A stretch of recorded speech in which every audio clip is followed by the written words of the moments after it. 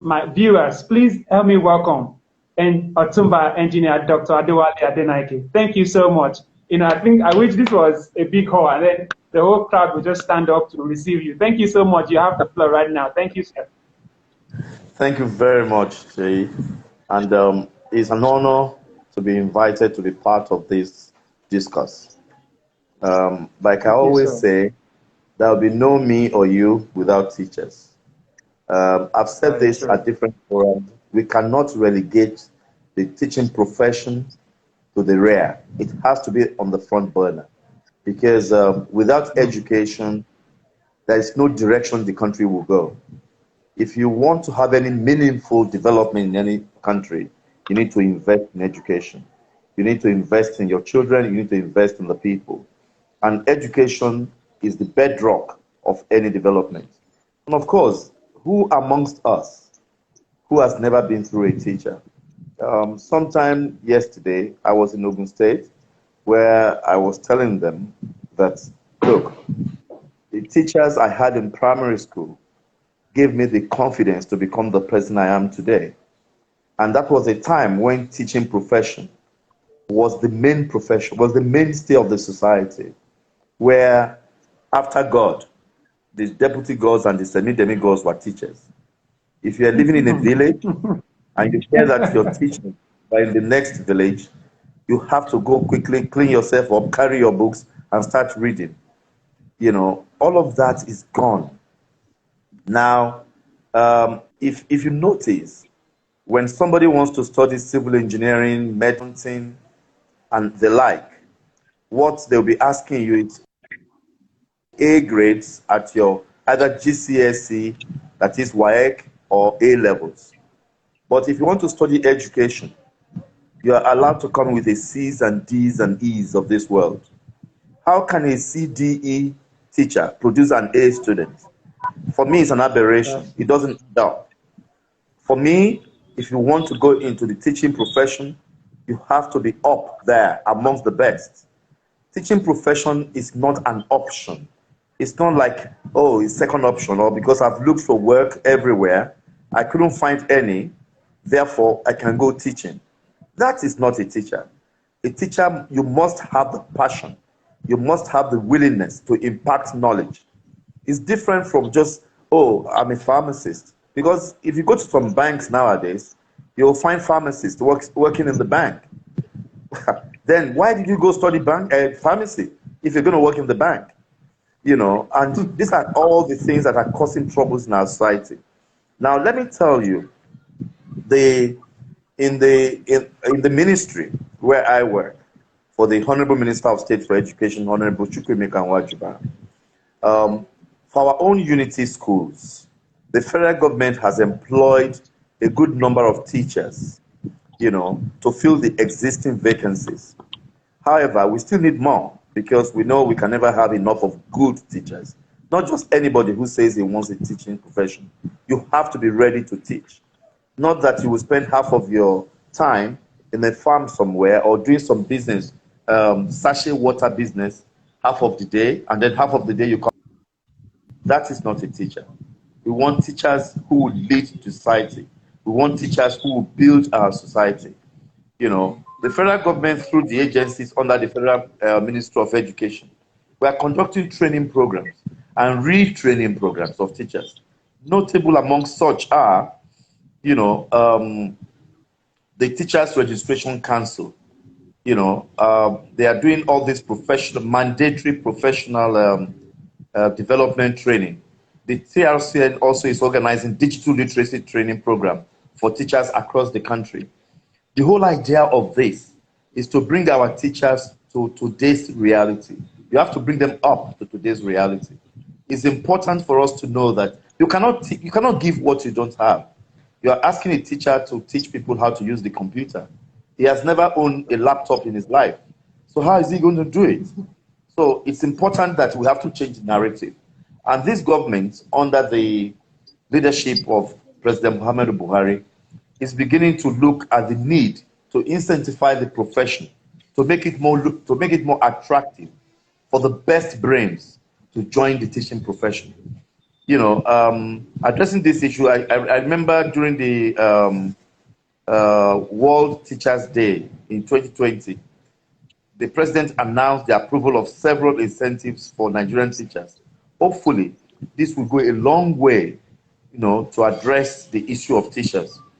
There is a move to presently change the narrative that approval has been given by Mr. President that only the best brains, minimum 2-1, will be allowed into the teaching profession. And like you have in Finland, if you don't have a master's degree, you are not allowed to teach even in the primary school. So it's not that teaching profession is a dumping ground for unemployed people. It's important that we realize to bring this back to the mainstay that teachers are leaders, teachers are builders, teachers are shapers of the society. And until we begin to realize that, then we still have a long way to go. I'm not going to take too much of your time. I just want to say that it's a privilege being asked to come on board. And anything about teaching, I'm very passionate about it. And I feel that the teaching profession should not be relegated to where it is. A teacher made a doctor, a teacher made engineers, and they go ahead and earn more than the teachers. This is definitely not right. Imagine if senators are earning as much as teachers. Will anybody want to go to the National Assembly? Let's leave it there for now. Thank you so much for the opportunity.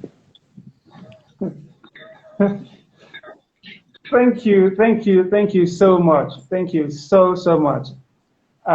You see, like you said, the teaching profession shouldn't be a dumping ground for other professions. Basically, when they look for the jobs they wanted and they don't get, they just tell them, what about teaching? Just go and teach. And that's why we have this level of mediocrity in the profession. And of course, even those that are qualified to be teachers, how competent are they? So that qualification is one, competence is another. So those are the things, those are the issues around. So thank you so much, sir. You've answered some of the questions I wanted to ask. But so I probably would have just one question for you, sir, and it is the fact that over time we see that we come up with policies, we come up with the things that we plan to do, and most of the time it just remains like that. And what I mean is implementation. And I'm glad you are the project implementation. So how can we begin to implement some of these things? For instance, not allowing people that don't have the qualification to join. The TRCN is there. How effective is the TRCN? We still have many teachers in Nigeria without that without TRCN, and they are doing fine. So I've worked in the private sector for a long time, and I see that enforcement is usually more in private schools than public schools. So how can we begin to implement many of these policies? That's the question that I have, sir. Okay, it's a shame that what I heard was a bit disjointed because of network, but I think I'll try and make a sense out of it. Now, TRCN, they're doing a wonderful job under the leadership of Professor Ajiboye. Now, it has become impossible for you to come into the public schools to teach without being registered with TRCN. That's number one. Then number two, you spoke about implementation. You see, a lot of policies are in place. The problem we have is Nigerian attitude to certain things. Now, like I always say, no one is going to take this country from the quagmire we find ourselves outside of the Nigerian space. It has to be Nigerians who will do this. Now, government is doing everything possible, to make sure that a lot of these policies are being implemented in various schools and various colleges. The the issue of if you're not qualification is one thing. You can have paper qualification. You have the competencies to be able to teach. That is where TRCL comes on board. And also the head of the school, because you have to go through some very, very serious interviews and examinations before you are allowed now. Now, teaching profession is beginning to become the main discourse. That's why you are doing this as well. It has come to the front burner because we've suddenly realized that we are losing it. If you look at what's been the products being churned out in the 60s, 70s, and 80s in this country from schools, we cannot compare them with what we are churning out now. We cannot hide ourselves from the fact that some people are writing exams on behalf of some people. You know, all they do is go around carry the certificate, because a certificate has really been obtained by someone else, even though it's written in their names. So what we're doing right now is to close monitor every step of the way, everything to do with teaching profession. Now, the implementation of policies, that is why Mr. President is appointing people who are competent, who can monitor, who can make sure that what he desires for this country come to reality. So again, it's attitudinal change. Nigerians just have to change. We have to believe that, look, everything you are going to attain has to be done through merit, not because man know man. You know, in those days, you cannot enter certain schools unless you have the grades. But nowadays, as long as you know the principal, you know the director of education, you know this, you know that, you are allowed in. Once all of that is taken out of the way, then things will get back to normal again.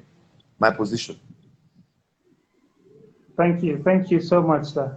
Thank you. Mrs. Rhoda, I don't know if you have one or two questions to ask him, please. Absolutely, I do. Thank you so much, Honorable, for all that you've shared with us. I don't know if you can. Can you hear me? Can you hear me? I can hear you. Yes, we can hear you. Oh, thank you. I want to say thank you for that articulation and really just giving us that necessary background about the teaching profession, the values of that profession, and then whom should be in the room and whom should we define as a teacher. I think I definitely enjoyed listening to you say that we cannot relegate the teaching profession to the rare. And so I guess I'll just go straight to a question that I have that's burning in my heart. I know that the federal government, the Federal Ministry of Education, primarily has the unity schools and the federal schools within the buckets of its direct management or administration. I wanted to know as how much the ministry is influencing state boards of education with respect to policies and these reforms that you are speaking about that you're beginning to develop. I know, it's never good for us to go back to the problem, so we want to prepare solutions.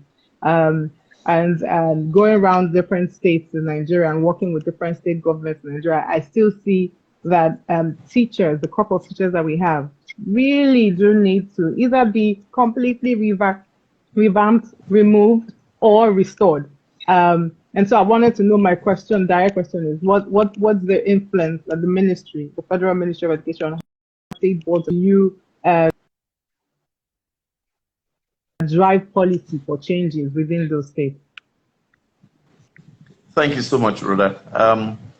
There's always this quarterly meetings between the Federal Minister for Education and all the state commissioners for education to review direction of Nigerian education. Now, like you know, the Nigerian Constitution gives autonomy to states in things like that. Autonomy of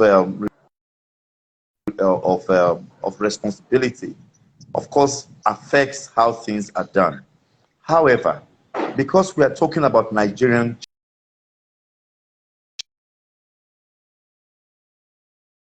now, we're in constant consultation with states, making sure that what obtains our federal unity schools are also cascaded downwards to the states, so that there's a replication of what is happening at the center.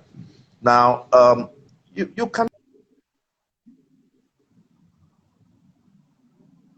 at the somebody was. What does that mean? I don't know how we do this. Sorry. I don't even know. Should I put this? Can you hear me? Can you hear me? Yes, we can now.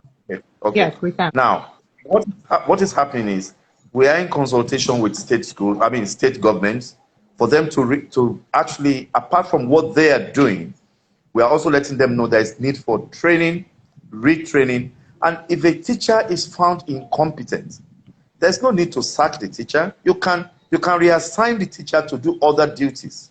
It doesn't have to. That person doesn't have to be in the classroom. If you are not qualified to be in the, you might have paper qualification to be in the classroom, but you might not have the competencies. Our position at the federal level is that take the person to a different job. It doesn't have to be in the classroom. We want somebody who is going to maximally impact on the future leaders of this country. And those are the people you want in front of the classroom. Now, federal government is constantly having meetings and reviews and a lot of evaluations with state government to ensure that we are all singing from the same hymn sheet. So that is a continuum. It's a continuum. It's not going to happen. The only problem, I think, personally, is you can't have one standard for schools in certain area of the country and have another standard for schools in another area of the country. That is still a problem for me as a person, where you are saying if somebody is going to enter schools like King's College or Queen's College, if you are from a particular area of the country, your cutoff point is 180. If you are not from another part of the country, your cutoff point is 60. Now, for me, that is a destruction of the system. So it is something that we need to look at. It's something that has to change. Because you cannot go to enter Cambridge and say, because you live in Cambridge, you live in schools around Cambridge, therefore you live in the villages around Cambridge, therefore you'll be allowed to enter, you can only enter with A's, but if you live far away from Cambridge, you're allowed B's and C's. That ain't going to happen. The same standard for everyone. If you want to enter King's College, if they're asking for 180, it doesn't matter where you're from in the country, you should have exactly the same grade. If you can't get it, I'm sorry, you can't enter. It doesn't have to do with where you're from. We're talking about standards here. And that is something we need to change because they keep calling it federal character, federal representation. I'm totally opposed to it, and I feel that there is need for government to change that. As much as possible, we want people in every part of the country. We're one nation. But if you're not qualified to be there, I'm sorry, it has to be merited for you to be there. So that's a problem we need to address. And I'm saying this publicly because I make no bones about it. It's something we're against. It's something that has to change. And I'm sure this government is doing everything possible to address this matter. Thank you very much.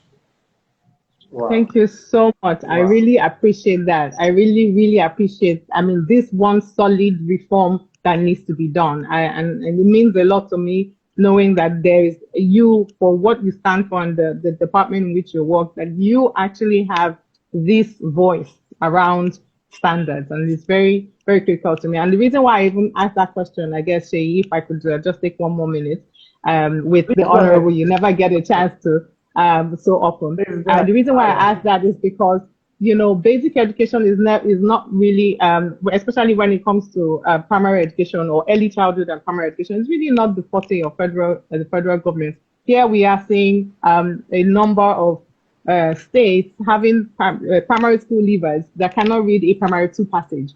So I imagine that as they're coming into the unity colleges, for example, they're coming already many years of education behind. So imagine those particular children coming into the federal unity schools and any other schools, in this case, coming with that level of skills gap.